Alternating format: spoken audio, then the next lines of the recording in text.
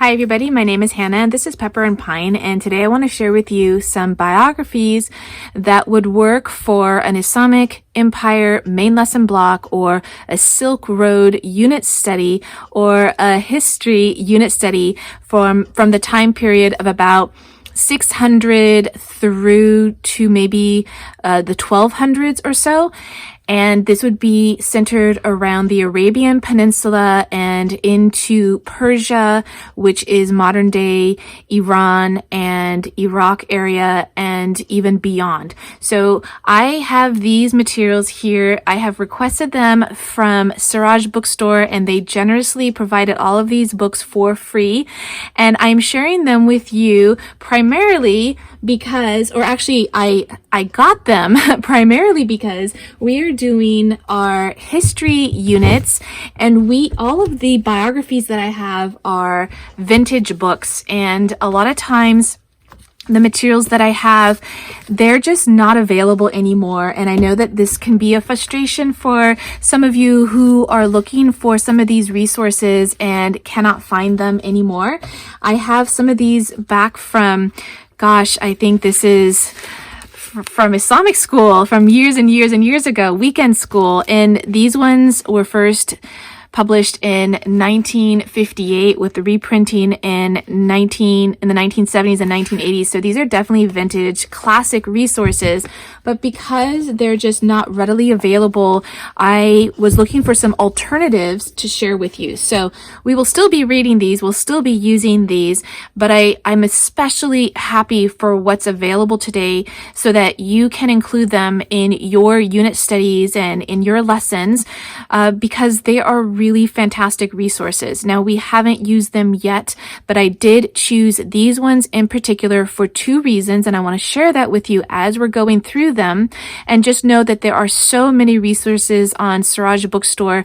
There were some adult biographies, biographies of the same people, but written for college or adult age. And I was really looking to maybe include those as well. But I'm really glad that I just settled on these ones, which will be elementary and junior high.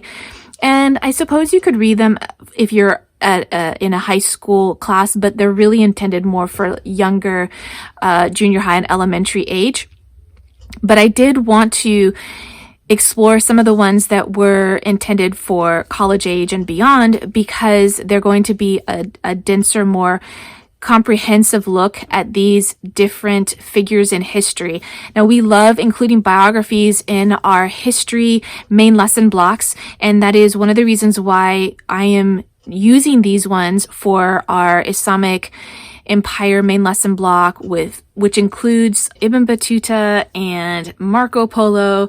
We have some ancient China going on and a unit that's devoted just to the Silk Road, even though this is how this entire unit actually began, was our exploration of the Silk Road and other parts of the world during the Middle Ages, and it just really grew from there.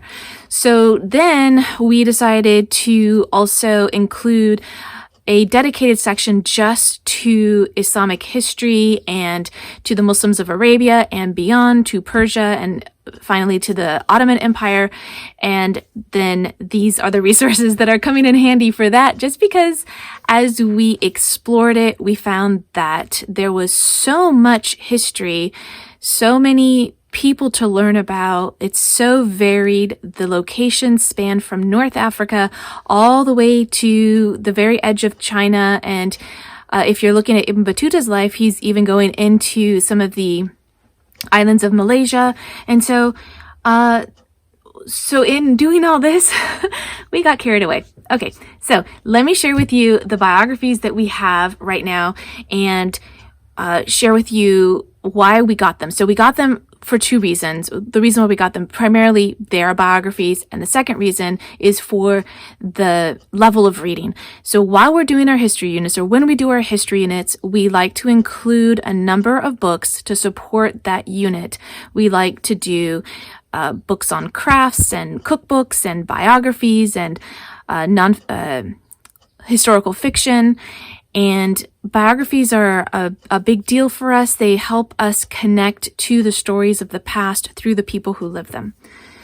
This whole series is called The Age of Bliss, and we have a number of books here. I'm going to just start with this one, The Age of Bliss, Khalid ibn al-Walid, and you can see that the writing, in my opinion, is elementary, middle to upper elementary level, but these, I think, will make really suitable, quick read-alouds for all ages. So in our homeschool, primarily when we are doing our lessons, and I am sharing with you all of the books that we're going to be using, primarily they are being used as read aloud books, and it makes up the text of our lesson, or the content for our lesson comes from the books. On occasion, I will assign reading to my students, but it's not before about grade 4, 5, or 6. I do not really do assigned reading before that, so all of our lessons are oral, and the majority of them are being delivered by me as a read aloud, or as a story, or as a project or hands-on activity. So this is Khalid ibn al-Walid, and there are about 70 pages in this book. We also have Fatima bint Muhammad, and these are by a variety of authors. So it's under the same series, but there are different authors. And this one is a shorter book. It's about 60 or so pages, 65 pages, so almost the same. And then we have Prophet Muhammad sallallahu alaihi wasallam, and this one's a much longer book at about 130 pages or so. And we also have Ali ibn Abi Talib, and this one is in about 60, 70 pages. Khadija bint Khawalid, and this one has 70, 80 pages. And so the chapters, they're pretty small. They're not too long, which is really nice. I appreciate short chapters because when we're doing our read alouds, often we may choose to read just one chapter or two chapters out of a book as part of our opening activities. We may be reading multiple books at the same time, and to have short chapters makes it a lot easier. I do like the bit of illustrations that go along with each chapter. I think that's really appropriate and suitable. This is Omar ibn al-Khattab. What I appreciate is that you're not going to have illustrations of people or animals, and so if you were concerned about that from a religious perspective, this works out really well. The other thing that I'm noticing is that this text will be good for any audience, even though these are written by, I'm assuming, Muslim authors. They appear to be for any audience, not just a Muslim audience. And so if you are looking to add some resources for this particular time period, the books that I'm sharing with you here would be for about the 600s in Arabia. So the Arabian Peninsula, so Mecca, Medina, so what's today known as Saudi Arabia. This would be that location, and the time period is about the 600s, maybe into possibly the 700s, for some of these. So if you were looking for some biographies, elementary age, or read alouds, then this would be a really good choice for you. Whether you're teaching from an Islamic perspective, like you are a Muslim family, whether or not, I still think that these are going to be really good choices. So we have Abu Bakr as-Siddiq, and then you can see that the font size is also really good too. For the books that are intended for adults, the font size is really small, and while that's totally fine, you're getting a lot packed into a book, I find that it's a lot easier to read the larger font, and I feel like you're going to get a really great overview with a book like this without having to dive super deep into the details of each of these people's lives. Uthman ibn Affan, and then really similar to the rest of the other books I've shared with you, similar chapter sizes, similar page numbers. They seem to all be around 70 pages, except for this book. So this is Aisha bint Abu Bakr. Again, the last one is Hassan and Hussein. So 2 for this one. Two biographies and 1 for this one. All right, so that is this whole series. I do believe I have every biography in this series so far. I don't know if more are intended to be published.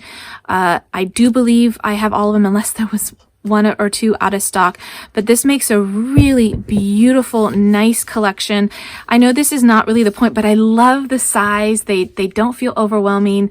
I like things that I like sets. I like collections. So this brings me a lot of joy to see it this way. And I love all the different colors for the different biographies. So overall, I'm really excited about this series. So the next books I want to show you, we have a few more biographies, and then we have a couple books that will support probably more for a Muslim family. But the biographies here that I want to share with you are going to be for all audiences. Now, these ones are super, super simple biographies. This is Imam Abu Hanifa, and this must be the story about a debate. I don't think that this is an entire biography. So this is Step Into Reading, Meet the Luminaries series, and I was aware that these were going to be a little bit more simply written, a little bit more like I don't remember the name of the series for the easier, the biographies and the historical situations and, maybe science books that are written at a simple level, and they have like a 1, 2, or 3 level that's written on the front of the book so that you know what age group it's for. This is similar to that. Now, I don't really care for the style of writing and the illustrations, but I do care for the biographies, and for me, it's been tough finding the biographies that I want to support the lessons that we're doing. And so at this point, I'll take anything that's available. And as more resources become available, then I can become a little bit more picky and critical with the things that I'm finding. But right now, I just wanted more biographies to support this particular main lesson block that I'm doing. If your children are really into the illustrations, great. If you are, that's great. I'm not super into these kinds of illustrations, and this is totally not the point, but the font's actually a little bit hard for me to read only because it's highlighted with, it's like a white shadow in the back. Actually, that makes it harder for me to read it. Totally not the point of the book, but also I don't really care for the glossy finish, but that's just because I'm really picky about the quality of the books. Not the quality, but the paper. The quality of this book is really nice. The paper, I'm really into more of like the matte finish. I'm more into the hand-drawn illustrations, or at least the ones that appear to be hand-drawn, even if they're done on the computer. I don't really care for these kind. However, that being said, I do appreciate having these things for our unit study, and I also appreciate that they're written in a really simple format in case you want your young elementary student to read this on his or her own. Then I appreciate having something simple like this. It's not always feasible to do read-alouds with your students, and having something that your student can read on his or her own and then maybe report back to the classroom or report back to you or do a written narration about it is going to be a valuable resource for you. So we also have Step Into Reading. This is Ibn Haytham, Book of Optics, and this is going to be, I don't remember the time period, this is beyond the 700s. This is now at a time period when Islam has spread, it's established, there are a lot of scientific discoveries, medical discoveries, and it's just a really great time to explore the flourishing culture, community, the people, the society, and so this will be a great addition. I do think that there are more biographies available on Ibn Haytham if you were looking for something else. A Traveler Meets Nazimuddin Ayla. I actually don't know. I've butchered that name. I am so sorry, and I don't know this biography at all. So this is totally new for me. It could be that I don't recognize the name, but I do know the situation, the historical situation of the person, but I apologize, especially if it's super obvious. Anyway, that is another one that we have in Ibn Sina, A Reward. We have another biography on Ibn Sina that is written for upper elementary, maybe young high school level, and that was a really insightful read that I appreciate that one for all the background information that I got, not just on Ibn Sina, but also the time period, what was going on politically where he was living. It was quite insightful. So I imagine this is going to be a really simple view of his life. And again, it has those illustrations that can really appeal to some students. The next book I want to show you is called The Last Will, and this is a history graphic novel. I don't really care for graphic novels too much, and my children actually never really cared for them either. I've had some really, really good Islamic books in the past that were written in a graphic novel way, and all three of my boys didn't care for it. So we're going to use this with a little bit of apprehension, and it might turn out to be super great and my children really like it, or it might be just that we're not graphic novel kind of people. However, I do really appreciate the variety of resources that are available to us for our Muslim community and beyond, because graphic novels do work for many students, and if you have a child who's really into graphic novels, then it's nice that you can have some materials that might support a particular lesson that you're doing, or just add some variety to the materials that they already have. So I would put this at elementary grade level for the reading ability, for the text, and it is, oh, I don't see the page numbers, but there are quite a few pages. I don't know how long it takes students generally to read a graphic novel, but I did appreciate at the back of the book there was some information, some historic background about the different people, the different locations, and the historical events and time period. So that's a really great asset for me in particular, because even if we're not really loving the graphic novel itself, then we can definitely get some value out of the information at the back of the book.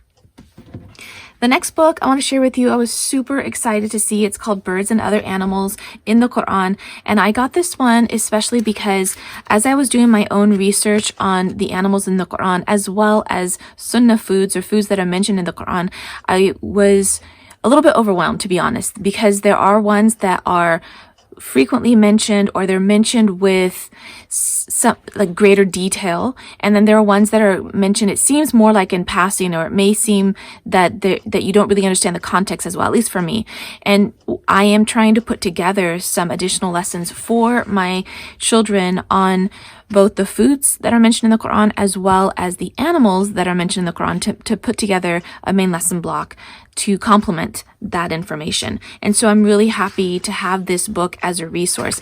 Now, I don't know if this is something that I'm going to end up reading aloud to my children, or something that I use more as a resource and then I tell the stories to my children as part of our main lesson block. But either way, I'm really happy to have a resource like this. Now, it says it's stories for children, so I'm assuming that these are going to be written in a way that is story-like and engaging, so that when you are doing this as a read aloud, it's going to be enjoyable for those who are listening to it. And I also noticed that there are some illustrations in here, but they're really small, or in this case, they're a little bit larger, but they are black and white. They're not a rich resource like a picture book, for instance.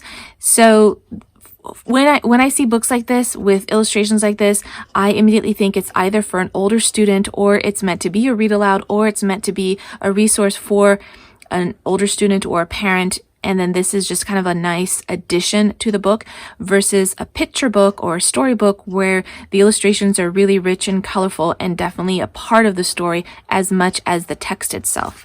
I also really appreciate that there is the Arabic text for the Quranic ayahs that are mentioned, as well as they're mentioned in Arabic, like the numbers and the surahs, and then you can see this in English and the English translation. So that's nice to have, so that when you are using this, if you're using this as a reference, then you have all of these references in here for you. And then, of course, if you are an English speaker like I am, you may also choose to look up the same ayah and look at different translations of that verse, so that you can maybe get a complete picture of what is being said, because translations can vary quite a bit. And the other thing is maybe even to look at the tafsir on the ayah, so that you can get even more in-depth understanding of the Quranic ayah. So I'm really, really excited about this book. I can't wait to share a review of it once we include it into our homeschool. The last book is called The Book of Fools, and this is a really curious book. I would say it's similar maybe to fables, like Aesop's fables. It kind of has a little bit of that feel to it. So I have to say, so far, and I haven't read any of these books yet. This is not a review video. This is, let me share with you what we plan to use and how we are using it and why we chose these books. And so I can't tell you much about this book, but I did read a couple of the first pages to my daughter. And so I can tell you a little bit about this book in case you are just wondering, like, what is this title? What does this mean? And how can I use this book? So the first thing I want to say is that I totally don't care for the illustrations. It's not my type of illustrations that I like. I like more of the hand-drawn illustrations, ones that even if they're done on the computer, they don't look like they're computer drawn or used computer programs in order to draw it. That's just my personal preference. It does not weigh into the quality of the book at all. These are just things that I am particular about, you know, my likes and dislikes. And the other thing is, and again, not about the quality of the book itself, but the paper. It's thick, it's gorgeous, but it's got kind of more of like a shiny finish, and I love the paper that's a little bit more matte. Those are two things that totally don't have anything to do with the content. The next thing I want to share, that though it's super creative and probably has a deeper meaning behind why the text has been written in different fonts and different colors, I personally don't generally like it. I like a little bit of it, but I don't generally like it. I find it hard for me to read. I find it distracting, but I know that from an artistic perspective or from a contextual perspective, there's value in changing the font and changing the color. So I just want to point that out. Okay, so now on to the actual content. So these stories are kind of foolish and silly, and they seem obvious to the person who is reading it, but they are supposed to provide a deeper lesson. So the first one was about this man who is really cold and he wants to take a bath, but the water from the river is cold, and so he wants to warm it up. So he's going to look for a bucket so that he can fill the bucket with water so that he can warm up the water so he can take a hot bath. And he searches everywhere for a bucket, cannot find a bucket anywhere, cannot find anything to fill the water up with. So he decides to remove his clothes, jump in the water, swim across the river, and go to the other side so that he can look for a bucket so that he can fill up water so that he can take a warm bath. Okay, so I appreciate that the moral of the story isn't written on these on the stories. From the perspective that I am doing these lessons from, like the educational philosophy that I tend to follow the most is the Waldorf philosophy. And when we do fables in, I believe it's grade 2, the moral of the story is left out, and it's left for the children to just digest the story. And children are very intuitive and smart and generally arrive at the same moral of the story. However, when you leave that out and they are able to contemplate that on their own, and you're not quizzing them, you're not asking them about it, they're just living the story and absorbing it, they will find greater long-term meaning in the story versus you giving them the moral, because then it's like they're waiting for what the purpose of the story is rather than being able to be confident and understanding what the point of the story is on their own. That's one way that I view it. And then also, the other way that I view it is that when you don't give them the moral of the story, they may find deeper, more varied morals of the story that maybe you didn't see because you just locked in the moral of the story into one sentence, and it kind of leaves it dry and dead. But when you don't do that, the story is living and can have different manifestations for the moral of the story. So that's kind of a little bit of a detour here, that I appreciate that the moral of the story and these ones are not given, because children can very easily see how foolish it was for the man to jump in the water. Like, that's so silly. You know, he didn't need a bucket after all, kind of thing. So that's something that when you're reading these stories, you're going to get to the point of it. Either there's a moral, or that's so silly, or can't he see that he didn't need a bucket after all, kind of thing.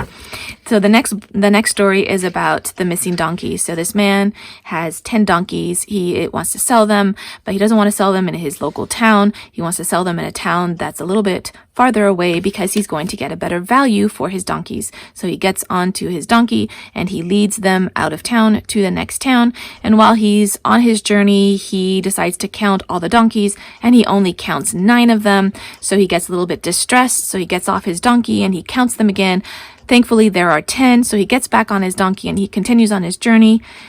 Then he starts to doubt himself and he turns around, he starts counting all the donkeys and he only counts 9 of them. He gets distressed once again. He gets off his donkey, he counts them, and now he counts 10.